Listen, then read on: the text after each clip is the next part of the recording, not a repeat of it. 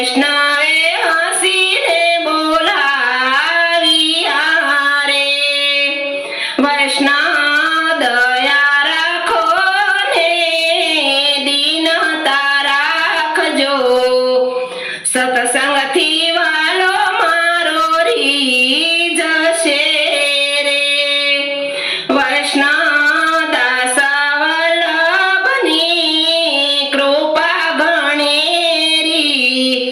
દર્શન કરીને હૈયે આનંદની હેલી એક